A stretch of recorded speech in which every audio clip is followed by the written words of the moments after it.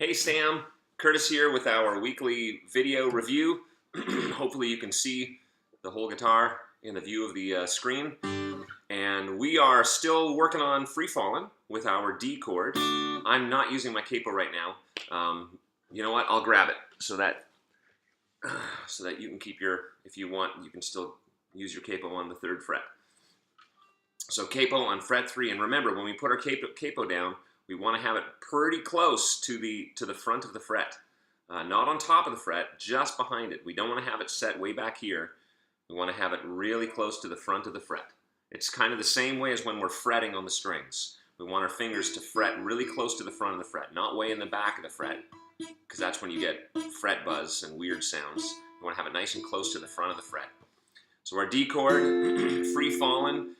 Last week we were just doing basically the chord changes without any additional strums. So we were going 1, 2, 3, 4, 1, 2, 3, 4, 1, 2, 3, 4, 1, 2, 3, 4, 1, 2, 3, 4, 2, 3, 4, 1, 2, 3, 4, 1, 2, 3, 4. This week we're going to add all the additional downstrokes, but they're all going to be small strokes. So the main strokes we will consider, or we'll call them accented beats, and then the smaller strokes are unaccented. So rhythmically, if I'm not playing the chord, it's going to sound like this. 1, 2, 3, 4, 1, 2, 3, 4, 1, 2, 3, 4, 1, 2, 3, 1, 2, 3, 4, 1, 2, 3, 1, 2, 3, 4, 1, 2, 3, 4. Now here it is with the chords. Okay, here we go. 1, 2, ready, go. 1, 2, 3, 4, 1, 2, 1, 2, 3, 4, 1, 2, 3, 4, 1, 2, 3, 4, 1, 2, 3, 4, 1, 2, 3, 4. One more time, here we go. 1, 2, 3, 4, 1, 2, 3, 4, 1, 2, 3, 4, 2, 3, 4, 1, 2, 3, 4, 1, 2, 3, 1, 2, 3, 4, 1, 2, 3.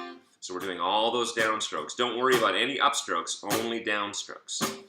The other thing we looked at yesterday was 2 more things, but one of them was I introduced 2 new chords to you. A G, a cheater G, I call it a cheater G because it's a fairly easy voicing for a G chord, which involves your 3 and 4 finger on the 3rd fret of the 1st and 2nd string, and then your 2nd finger on the 3rd fret of the 6th string. So every finger is only on the 3rd fret. That's the only fret that fingers are going to be situated.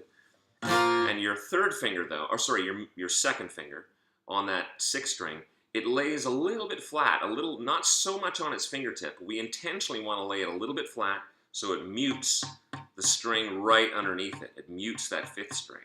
So when you strum across, you're going to hear the 6th string, the 4th, 3rd, 2nd, and 1st. 6, 4, 3, 2, 1. We're going to hear those strings, but we won't hear the 5th string because it's muted. Okay?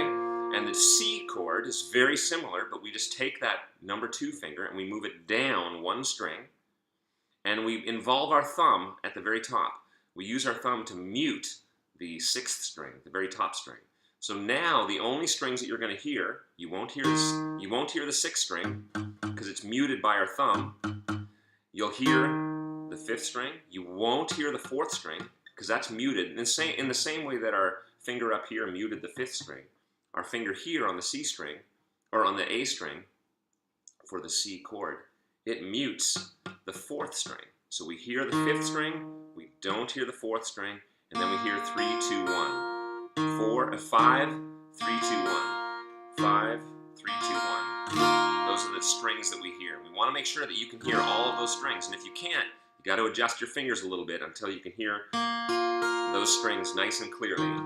So that's our C chord, G chord. Really all we're doing is moving 1 finger, this number 2 finger, from the 6th string to the 5th string. And accompanying that, I was trying to introduce to you 2 different ways to strum that chord progression, going from the G chord to the C chord.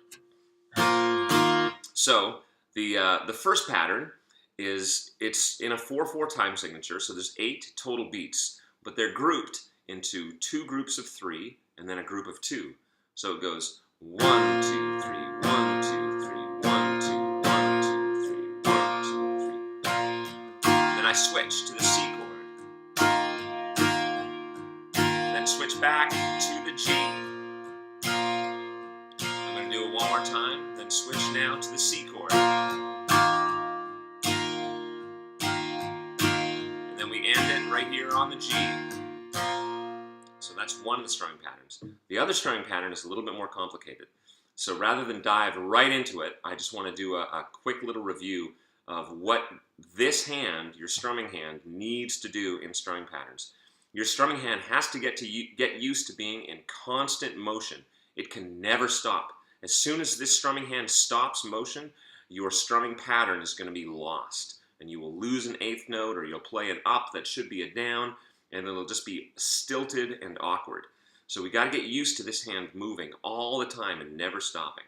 So one way to practice that is just by muting your strings, just kind of having your fingers rest lightly on the strings, and just practice doing downstrokes followed by down and upstrokes. It'll go like this. 1, 2, 3, 4. 1, 2, 3, 4. 1, 2, 3, 4. Down, up, down, up, down, up, down, up, down, down, down, down, down, up, down, up, down, up, down, up, down, down, up, down, up, down, up, down, up. We can even make it have a little shorter pattern, which just has 2 downstrokes and then all the downs and ups. So it goes down, down, down, up, down, up, down, down, up, down, up, down, down, up, down, up, down, down, up, down, up. You can do that with a chord as well.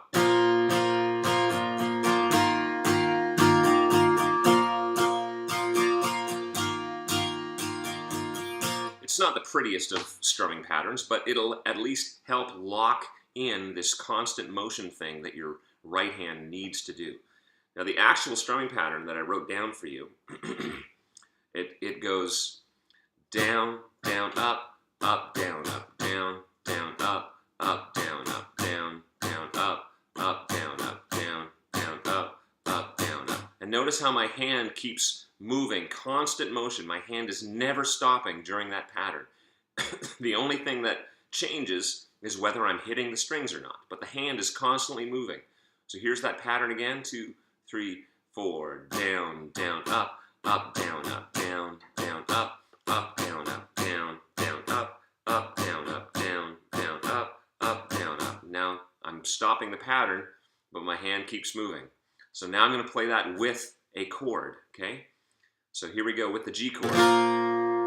Again, with that hand, constant motion, never stops. It's like an Energizer bunny. It just perpetual motion. 3, 4, down, down, up, down, down, down, up, down, up, C, down, up, down, down, down, up, down, up, G, down, up, down, down, down, up, down, up, G, or C, up, down, down, down, up, down, up, G. There you go.